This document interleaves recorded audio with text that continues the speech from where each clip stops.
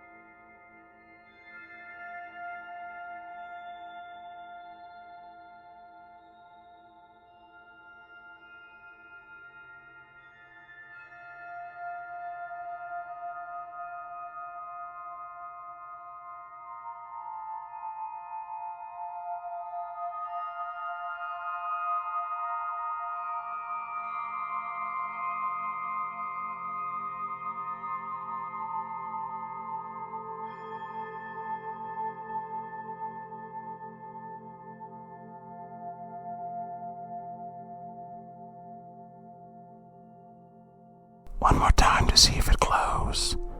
Like the video and subscribe.